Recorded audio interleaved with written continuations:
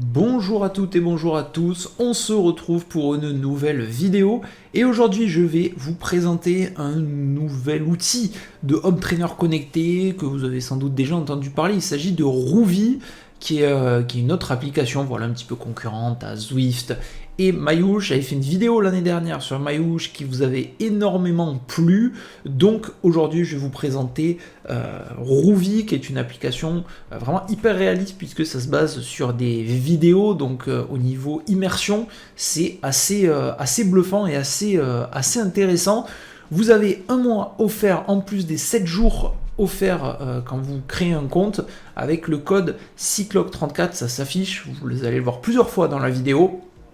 Donc voilà, c'est quelqu'un de chez eux qui m'a contacté pour le tester. C'est vrai que depuis un petit moment je l'avais vu, je vois pas mal de pubs et j'avais envie de le tester. Et c'est une application qui est vraiment très intéressante. Je trouve que la page déjà d'accueil est assez jolie et vous voyez qu'il y a énormément d'itinéraires possibles. On a la possibilité d'en mettre aussi en favoris. Vous voyez que moi j'ai une liste de favoris, j'en ai ajouté quelques-unes, notamment deux qui m'intéressent, le télégraphe Galibier et la croix de fer, qui seront au parcours de l'étape du Tour et que je ferai peut-être en vidéo. S'il y a une journée un petit peu moche en hiver, ça permettra de jouer tout ça et de repérer un petit peu les lieux. Vous allez le voir ensuite dans une deuxième partie où on voit que c'est quand même très bien fait et assez réaliste quand on est en pleine course. Au niveau des collections de courses, il y en a énormément. On n'a pas véritablement de planning comme on peut l'avoir sur Mayouche ou sur Zwift notamment. Là, on a vraiment les courses qui sont tout le temps dispo et on peut vraiment filtrer. Je vous montrerai dans une deuxième partie un petit peu tout ce qui est disponible, même si on a également la possibilité de venir créer nos propres courses. Donc ça c'est vraiment assez intéressant. On peut nous-mêmes créer nos propres étapes et venir les mettre dans cette application pour venir les jouer. Donc c'est aussi un intérêt assez fun, je trouve. On va se faire une petite course entre Sartène et Bonifacio. On a quasiment une cinquantaine de kilomètres avec 610 mètres de dénivelé. C'est, on va dire, assez vallonné, mais c'est pas non plus très difficile. C'est plutôt joli. Vous avez la possibilité de télécharger l'application Compagnon sur votre téléphone. Je vous montrerai en pleine étape à quoi ça ressemble également pour avoir cette application. Et chose intéressante, c'est qu'on a la possibilité de configurer notre sortie, donc de mettre des paramètres assez intéressants. Avant tout ça, donc bien évidemment, on peut s'ajouter des partenaires virtuels, on peut ajouter des cyclistes fantômes. Donc il y a un phénomène d'aspiration qui est assez intéressant si on l'ajoute, vous le voyez juste en dessous. Et les cyclistes virtuels, c'est tout simplement des vraies personnes qui ont joué cette étape-là. Avec les temps qu'ils ont fait, on peut venir les ajouter. Donc si on connaît à peu près ce qu'on est capable de sortir sur ce genre de sortie, on peut mettre des mecs virtuels avec nous. Et donc ça peut permettre de les suivre et de ne pas être tout seul quand on est sur des maps, vu qu'il y a énormément de maps, des maps peut-être avec un peu moins de monde. Donc voilà, cette possibilité qui je trouve est très intéressante, et notamment peut-être quand on repérera les cols de l'étape du Tour, ça pourra remplir un petit peu le peloton et travailler en phase réelle. Les cyclistes fantômes, c'est un petit peu la même chose. On a la possibilité d'hausser ou de diminuer le niveau de réalité. Moi, par défaut, je laisse clairement à 100%, c'est parfait. On a l'aspiration, l'abri, vous verrez un petit peu l'impact en course, pause automatique, les segments de Rouvy et on peut mettre échauffement, retour au calme. Ça, c'est plutôt cool. Comme ça, on peut monter tranquillement en compétence et maintenant, vous allez voir ce que ça donne. Donc voilà, vous le voyez, on est sur la partie échauffement tranquillement où on peut venir tourner nos jambes. Donc ça, c'est plutôt cool. Ça permet de monter tranquillement en gamme. On peut venir personnaliser aussi notre interface, l'interface qui est plutôt sympathique. Et vous le voyez là, on se chauffe, on a notre petite vitesse. Et une fois qu'on est chaud, hop, on peut mettre démarrer. Et on va voir que la map va se lancer. Au niveau de la présentation, on a sur la partie basse de l'écran à gauche, toujours nos datas en temps réel, c'est-à-dire les watts, la puissance générée avec les zones. Donc là aussi, vous pouvez venir calquer un petit peu ce que vous avez besoin. On a une partie, la vitesse. On peut mettre un capteur de fréquence cardiaque, que j'ai pas mis le mien pour cette partie. On a la puissance moyenne, la VG, qui est affichée juste à côté de la puissance en live. Et on a ensuite les tours par minute, les RPM. Moi, j'ai mis mes pédales connectées. Donc voilà, après, vous pouvez choisir les capteurs que vous voulez. Au milieu, la map complète. C'est la map complète avec un petit peu les pourcentages, etc.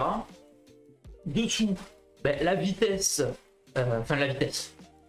les kilométrages parcourus plutôt, et le total. On a ensuite le dénivelé qu'on va devoir effectuer. Sur la partie droite, la pente en temps réel, qui est plutôt sympa. Et ensuite, en haut, on a le temps effectué, on a des petits niveaux. Et vous le voyez tout en haut au centre de l'écran, on a l'aspiration. Donc vous le voyez que là, je suis pas totalement dans les roues. Les deux fantômes de devant, Will et Emma, sont à 13 mètres, grosso modo. Et donc, j'ai pas un super gain, mais vous le voyez, plus je me rapproche, plus je vais gagner vraiment sur la partie watts. Donc ça, c'est très intéressant. Et vous le voyez, c'est plutôt joli. On est vraiment sur cette portion-là, donc ça change. C'est vraiment totalement autre chose. On est sur des routes un peu plus réelles. Et là, on le voit, c'est assez sympa. Forcément, on est en Corse aussi, donc c'est vraiment très joli. Et vous le voyez, moi, je trouve que c'est plutôt joli. Par contre, ce qui est bien, c'est que le coureur vraiment suit mes mouvements de pédale. Vous le voyez, je vais baisser mes RPM. Vous le voyez, là, je suis très bas, je suis à 45 tours minute. Et on le voit, il tourne très faiblement les jambes. Alors que si je viens sortir énormément, vous le voyez, là, je suis à 110 tours minute. Regardez, les jambes qui tournent beaucoup plus vite. Là, je viens m'arrêter de pédaler. C'est le temps que ça prenne en compte. Vous voyez, hop, je m'arrête, je pédale plus. Et lui aussi ne pédale plus. Donc ça, c'est plutôt bien. Ça suit vraiment ce qu'on fait. Donc je trouve que c'est vraiment une partie vraiment très, très, très intéressante. Donc là, voilà, vous voyez, on est dans la roue des deux fantômes. Donc Emma et Will. On est sur une grosse économie. On est à 33 watts économisés. Donc ça, c'est plutôt cool. Ça respecte la réalité. Après, c'est des paramètres qu'on peut désactiver aussi. Je trouve que c'est une bonne chose. Et très honnêtement, les paysages sont très jolis. J'ai un peu regardé comment créer des maps. On peut juste mettre en fait une GoPro sur le vélo ou une voiture. Mais l'idée, c'est d'avoir une GoPro, voilà, qui fait du GPS. Et ça permet de venir filmer notre parcours. Donc c'est plutôt bien, je trouve, d'avoir des vraies maps, en tout cas, et d'avoir des vrais cols. Moi, j'en ai testé deux avant celle-ci. J'ai fait un menton Nice, donc avec le col de la Turbie, etc. C'était très sympathique. Et celui-là, que je trouve pas mal pour l'instant. Après, c'est pas des gros cols, etc. Mais je pense que pour des belles journées pluvieuses en hiver, samedi ou dimanche, un bon entraînement sur la croix de fer et télégraphe Galibier, ça sera une bonne prépa étape du tour. Et là, on va le voir, c'est assez par là. On est en train de monter, vous voyez, on est sur du 6%. Et on voit que le camion qui nous passe dans l'autre sens est un peu au ralenti. Donc en fait, ça vient vraiment adapter en permanence la vitesse de lecture vu que c'est une vidéo. Donc ça, c'est assez cool.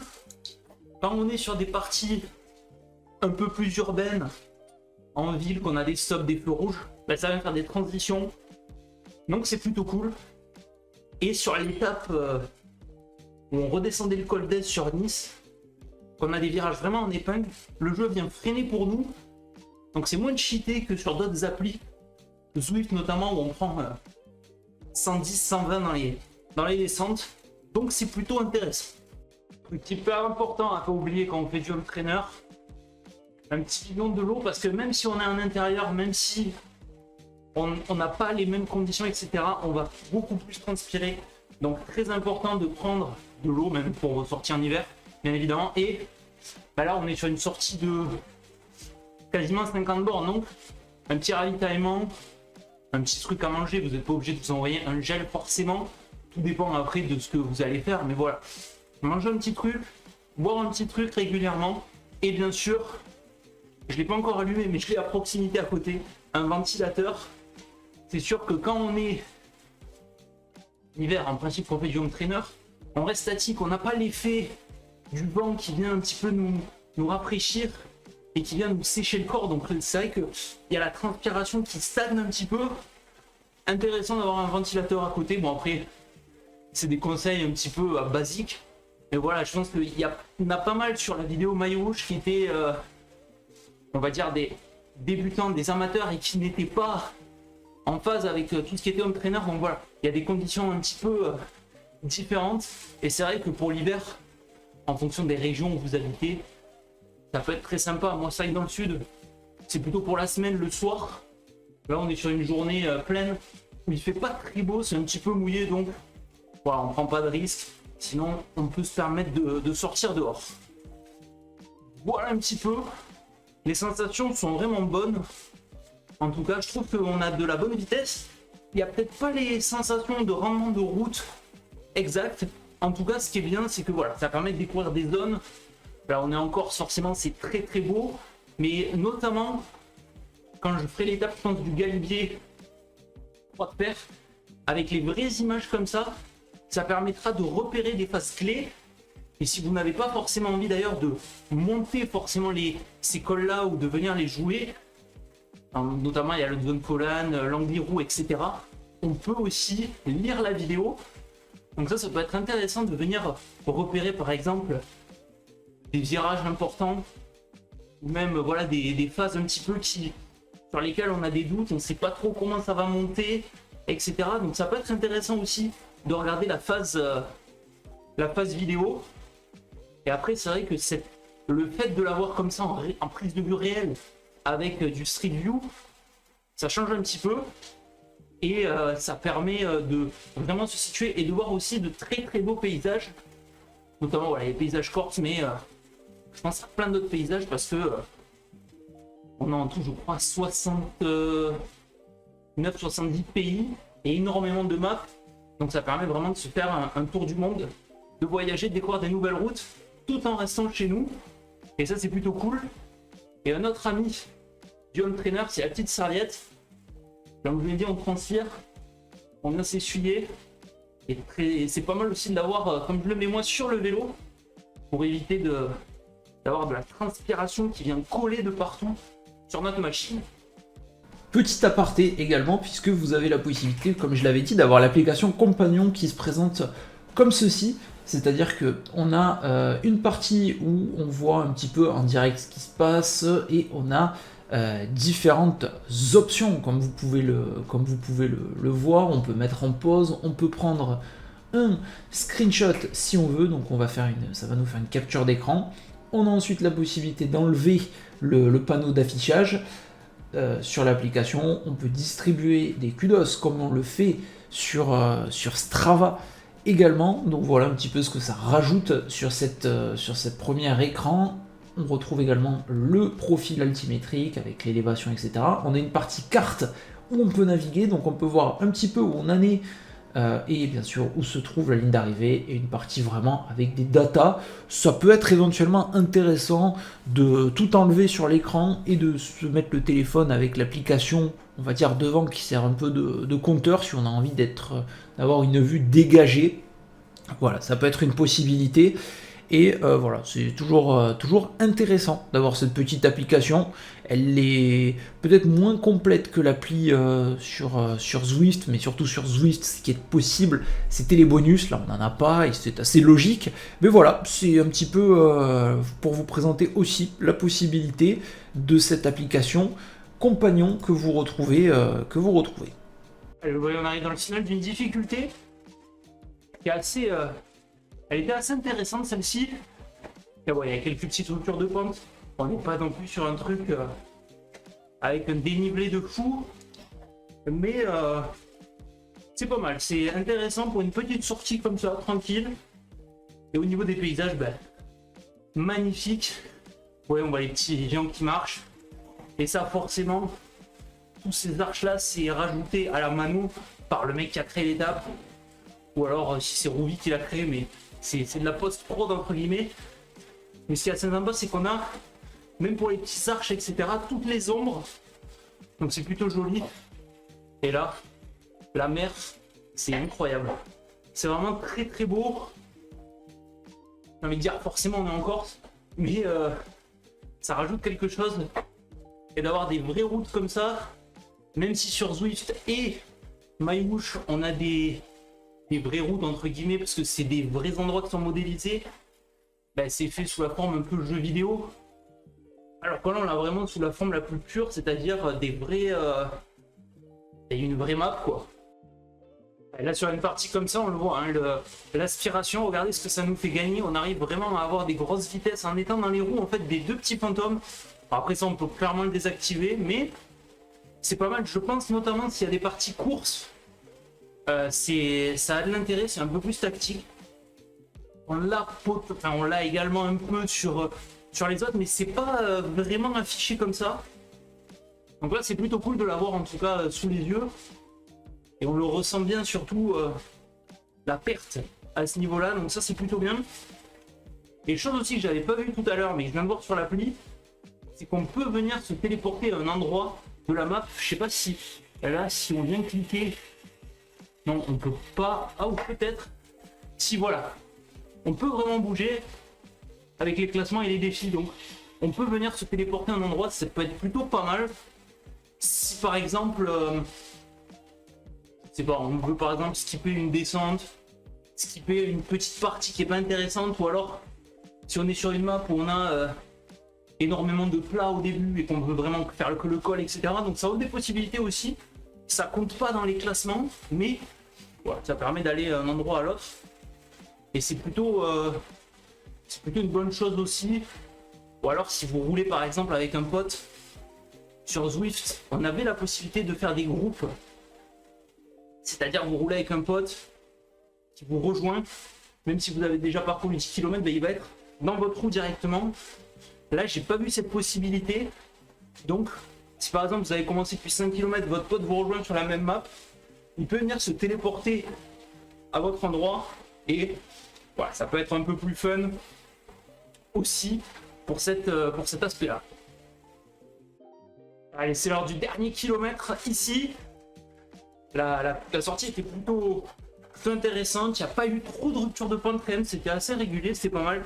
Là on a une petite bosse finale pour en terminer. On est autour des 5%, c'est pas mal pour se chauffer pour le finish. Je sais pas trop comment c'est, si c'est tout comme ça ou pas. Ça a l'air de redescendre un peu juste après. Une voiture qui nous double. On a toujours nos deux fantômes juste derrière. Ça peut être assez intéressant aussi pour pas être tout seul, d'avoir ces petits fantômes.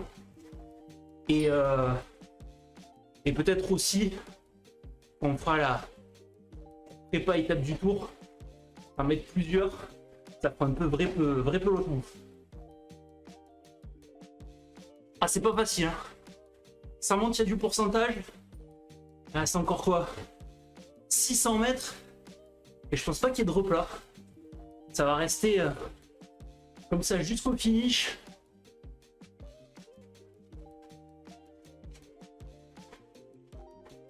Essaye d'en remettre un peu. Ah, ça va redescendre. Peut-être pour mieux remonter. La belle petite descente. On relance.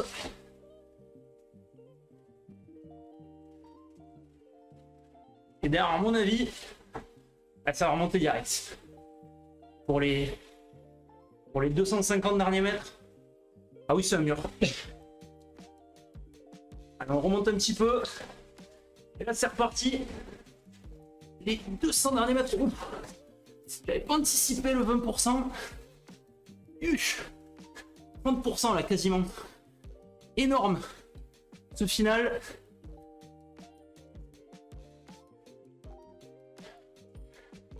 Alors on est au ralenti pour cette portion finale.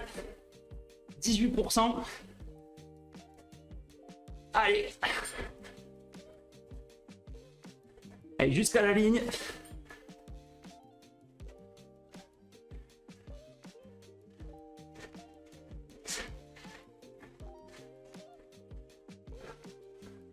Et voilà. La ligne est passée. Et là on a la petite partie de récup. Alors, je sais pas, on peut venir se remettre sur la map. Pas l'impression. Et est-ce qu'avec l'application, on peut choisir? Non. On peut pas revenir ou faire une boucle comme ça. Donc, on peut s'arrêter là. Donc une fois qu'on en a terminé, on peut soit rerouler à nouveau, soit se faire 20 minutes de redescente entre guillemets, ou alors il nous propose directement des maps sur lesquelles on peut switcher. On va s'arrêter là, on va en terminer. Nouvelle achievement. Donc c'est ma plus longue distance, mon plus gros dénivelé, ou plus gros forcément, puisque c'est la plus grosse que j'ai fait. Et on peut noter ensuite, franchement je me suis régalé, elle était très bien. Elle est déjà je crois dans mes favoris.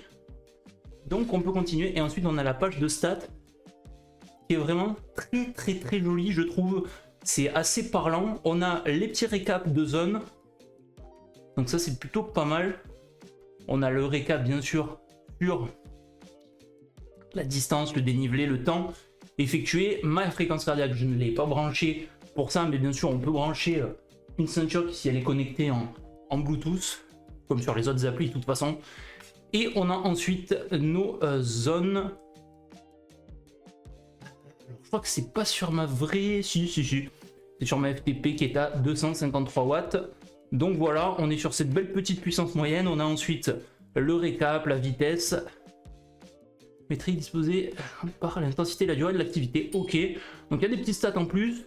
Ils avaient estimé un temps de 1h37, j'ai mis 1h27. Donc j'étais pas mal. Et on a ensuite voilà, des petites images qu'on peut sélectionner si on le souhaite. C'est assez cool. Ça prend en plus les captures d'écran sans toute la page de stats. Moi je vais pas en mettre. Hop. On n'a pas besoin. Voilà. Hop. Et ensuite on continue et ça va la déposer bien sûr sur notre Zwift, sur notre Strava pardon, où on pourra voir toutes les stats qu'on pourra consulter. Donc ça je trouve que c'est plutôt cool. Ensuite on va se faire une petite présentation de la page d'accueil qui est un peu plus intéressante.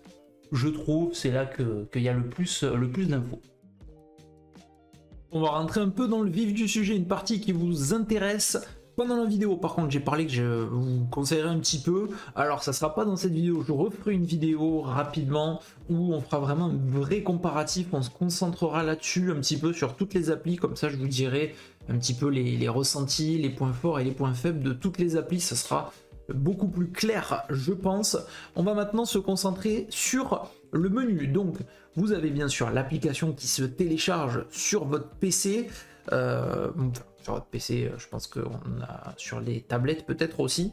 En tout cas, moi je l'ai sur mon PC. On a cet écran principal, bien évidemment. Avant tout ça, je vous montre simplement que dans les paramètres, parce que ça, il y en a beaucoup qui le cherchent, je pense, on a la possibilité d'avoir les vitesses virtuelles.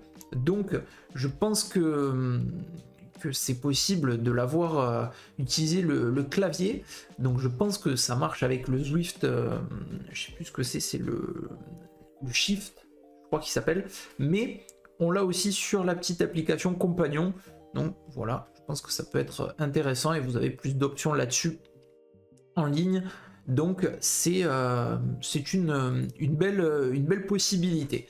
Vous pouvez venir personnaliser votre apparence, alors c'est un petit peu moins poussé que sur les autres applis, dans le sens où on peut mettre ici, vous voyez, si on va dans Rouvy entre guillemets par défaut un kit, mais sinon si on vient de personnaliser, au niveau de l'apparence on choisit homme, femme et la couleur de peau, et ensuite on peut mettre des équipements, mais c'est vraiment des équipements très basiques. Par exemple c'est soit on met une montre, soit on n'en met pas.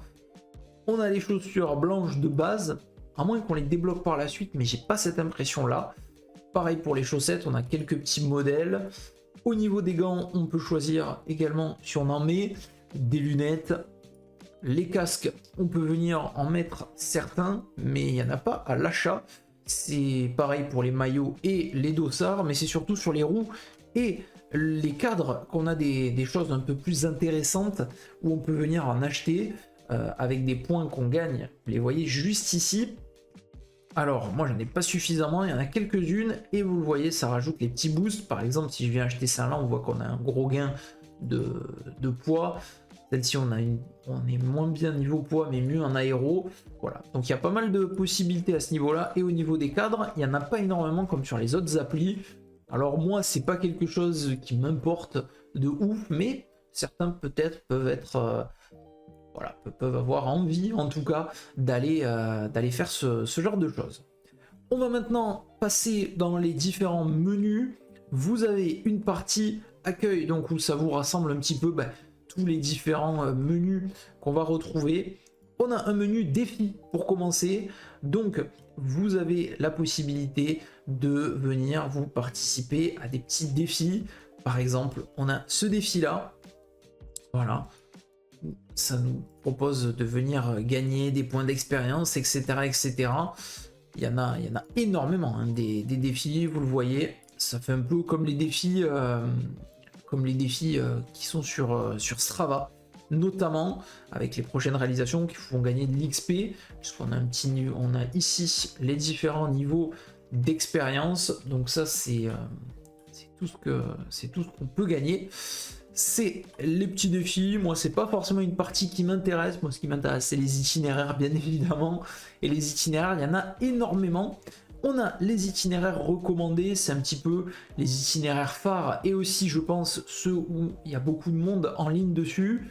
On voit que là, par exemple, sur celui-ci, on en a 219 en ligne actuellement. 151 personnes, celui-là, qui sont actuellement dessus. Donc voilà. Ça, c'est un petit peu ce qui est en vogue et ce qui nous recommande. On a ensuite des collections d'itinéraires. Si on va ici, on le voit, ils sont triés par catégorie, notamment par exemple Alpine ici, donc ça va être des cols des Alpes, et vous voyez, c'est des cols du Giro. On a le Passo Sella, le Gio, le Passo Fedaia, le Gardena, le Passo Pordoi, donc ça, c'est des cols classiques, j'ai envie de dire, des Alpes. Donc voilà, toujours intéressant. On a ensuite des catégories Ironman, ils sont partenaires aussi avec l'Ironman, ils sont partenaires avec la Visma. Voilà, le Tour de Suisse ici, ça c'est le Tour de Romandie. Avec la Lidl Trek également, ils sont partenaires. Le Tour de République tchèque. On a Follow the Pro ici, donc c'est les classiques de printemps. Vous voyez, Saison Tour-Roubaix, ça c'est Paris-Roubaix notamment. Il y a vraiment énormément de possibilités de venir jouer. Il y en a vraiment pour tous les goûts, hein. Qu'on aime les pavés, qu'on aime les petits mondes des Flandres. Vous voyez ici Paterberg, que vous aimez le tout plat, que vous aimez des routes un petit peu sinueuses et escarpées, que vous aimez la montagne, la haute montagne, les gros cols. Il y en a pour tous les goûts. On a Tour des Alpes ici, on a Best of USA, je crois qu'on a énormément, on a 70 pays je crois dans le jeu. Et la possibilité, comme je l'ai dit, de venir créer également des étapes. On a également des étapes de la Vuelta, je l'ai vu dans le jeu. On a une catégorie avec les itinéraires Ironman, donc ça pour ceux qui font du triathlon, pour ceux qui préparent des Ironman, ça peut être aussi quelque chose d'intéressant. Notamment, vous voyez, Ironman de New York, Ironman de Weymouth ici, Suède. Il y en a énormément de parcours, donc ça c'est plutôt cool. Ça vous permet de tester un petit peu ces parcours-là. Ça, je trouve que c'est une bonne chose. La possibilité d'en mettre en favori et d'avoir une liste, ça c'est plutôt joli. Les derniers itinéraires qui ont été publiés, donc vous voyez qu'il y en a énormément. C'est des itinéraires officiels. On a ensuite les communautaires, donc comme je vous l'ai dit, vous avez la possibilité de créer des itinéraires. On les a tous ici, ces petits itinéraires qui ont été créés par des membres de la communauté. C'est assez intéressant. Je vais pas vous montrer comment faire parce que pour l'instant j'ai pas des prises de vue etc pour le faire, mais sur leur site vous avez un créateur d'étapes et il faut juste un compte, il n'y a pas besoin d'avoir un abonnement ou quoi que ce soit. Au niveau des événements, bien évidemment, on peut venir se jouer des courses, on peut venir jouer sur pas mal de choses. dans les événements. On a des sorties en groupe également, vous voyez toutes ces petites sorties en groupe qui sont prévues. Et on a les quotas, entre guillemets, avec des inscriptions. Vous voyez que là, par exemple, sur la sortie en groupe qui démarre dans 12 minutes, bon, ils sont 7 inscrits, parce qu'il y en a plusieurs en même temps. Par contre, ça, c'est un peu bizarre. On a des courses également, donc ça, c'est plutôt intéressant. Bon, là, il n'y a pas beaucoup de monde inscrit pour l'instant. On est dimanche en fin de journée quand je vous fais cette partie-là. Et là, déjà en train de pédaler. Donc voilà, vous avez toujours cette partie course aussi qui peut être quelque chose d'intéressant. Je sais qu'il y en a qui aiment bien avoir des petites courses. Donc vous avez cette partie. Et une dernière partie qui en intéresse plus d'un, c'est la partie entraînement, puisqu'il y en a beaucoup qui utilisent bien sûr le home trainer pour faire des séances d'entraînement. Donc on a pas mal de choses et je pense que ça va en plaire à pas mal d'entre vous. On a des entraînements spécifiques bien évidemment avec les partenaires, c'est-à-dire qu'on a des entraînements pour les triathlètes, donc vous les voyez ici. Il y en a vraiment énormément, tout ça c'est des entraînements de triathlètes, vous voyez qu'il y a une énorme liste. On a ensuite des entraînements en vogue, donc ça c'est un petit peu ce qui a été ce qui est le plus fait je pense, avec des petits tags ici, donc Follow the Pro et Visma, puisque c'est entre guillemets pour des entraînements qui sont faits avec Visma, pareil ici pour Trek. On peut venir se mettre bien évidemment des petites collections, moi pour l'instant j'ai rien fait encore dessus, les derniers entraînements officiels qui ont été publiés. On a également des plans d'entraînement, donc ça c'est vraiment pas mal du tout, c'est-à-dire qu'on peut choisir une durée de temps et un vrai plan et pas simplement des entraînements à la volée. Donc on voit qu'on a ici le base builder du team Visma Lease the Bike.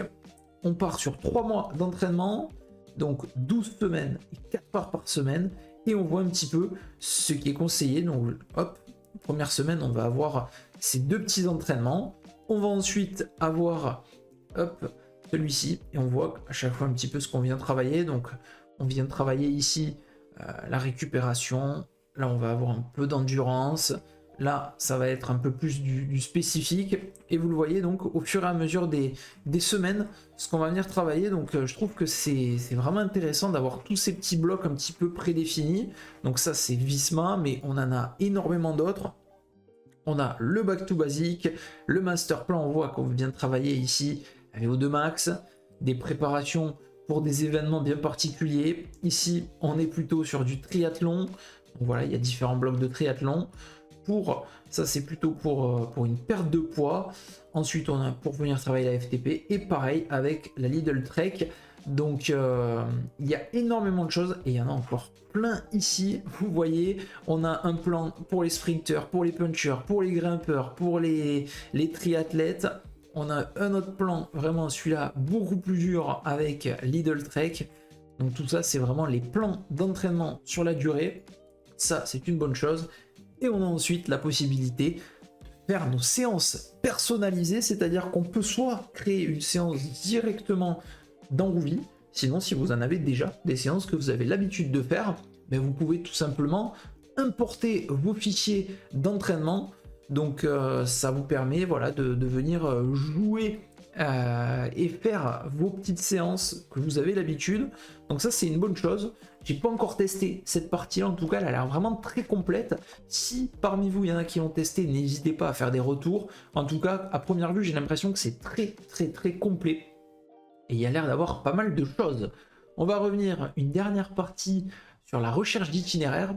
On peut aller ici dans l'onglet recherche, et là vous allez voir que c'est ultra précis au niveau de la recherche. Soit on peut rechercher une route, moi je vous ai dit par exemple tout à l'heure la croix de fer, mettre croix de fer ici, et on a le col de la croix de fer, c'est celui-ci qui sera sur l'étape du tour.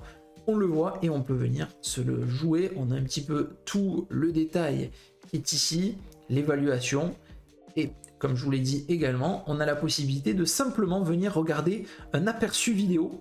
Donc ça c'est hyper intéressant si vous voulez entre guillemets repérer un col ou quelque chose que vous allez faire en vrai et que voilà, vous n'avez pas envie forcément de vous entraîner dessus, vous pouvez venir avoir cette vidéo pour repérer notamment des passages clés. Et là vous le voyez, on est dans cette partie de la croix de fer, la vidéo qui dure 1h35, et vous voyez on a tout le détail, c'est magnifique, ça donne vraiment envie d'y être. Magnifique col de la croix de fer, et donc ça permet aussi de venir un petit peu regarder ce qu'il fait. On a tous ces autres cols ici, donc on a par l'autre versant, par Saint-Jean également, et ensuite d'autres cols de croix notamment. Je vous ai dit qu'on avait des cols de la Vuelta. Par exemple, si vous avez envie de souffrir, vous pouvez vous faire l'Angliru version Vuelta 2023. Là, forcément, si vous aimez souffrir, mais vous avez également, si vous êtes plutôt italien pour souffrir, le Monte Zoncolan. Donc voilà, on a vraiment des vraies portions, des vrais cols, et enfin des vraies routes. J'ai pas d'autres idées en tête comme ça, mais voilà, vous pouvez explorer le champ des possibles. Vous avez aussi une espèce de map sur le site Rouvi. Vous pouvez un petit peu regarder directement sur la carte en fonction de si vous avez des régions de prédilection pour voir un petit peu ce qui se cache et ce qui se trouve comme parcours dans ces régions. Et pour la recherche, si vous n'avez pas une but particulier, mais plutôt, on va dire, une plage kilométrique que vous avez envie de faire, un dénivelé, etc., vous pouvez venir le chercher aussi avec les filtres rapides dans un premier temps, moins de 30 minutes, sinon entre 30 et 60 minutes, plus de 60 minutes, le type de course, donc si vous voulez plutôt du plat, du vallon, de la montagne, de la descente. Ensuite, si vous avez une région de prédilection, type de parcours, etc., mais sinon, vous pouvez venir mettre des filtres ici. Par exemple, moi, le soir, je me dis après le boulot, j'ai envie de faire entre 30 et 45 km. J'ai envie qu'il y ait un peu de dénivelé ce soir, donc je me mets entre 400, allez 400, on peut même le mettre ici, le rentrer comme ça, 400 et 950. Allez, pas plus. On peut venir affiner la pente. Si on n'a pas envie d'avoir des pentes de criminels, hop, on se dit que la pente max, ça va être 15%, voilà. Et donc la pente moyenne, pareil, on va avoir des pentes moyennes plutôt rectilignes, comme ça. Ensuite le temps, on a plutôt mis, nous, des kilomètres qu'on a envie de jouer. La région, moi je m'en fous un petit peu, c'est ça qui m'intéresse au-dessus. Les partenaires, je m'en fous, on peut inclure des itinéraires de la communauté et on vient afficher les résultats. Et là, ça vient nous proposer des résultats qui sont dans nos critères et vous le voyez, on a 226 résultats alors qu'on est quand même sur quelque chose de plus ou moins affiné. Et vous voyez, on a quand même pas mal de résultats.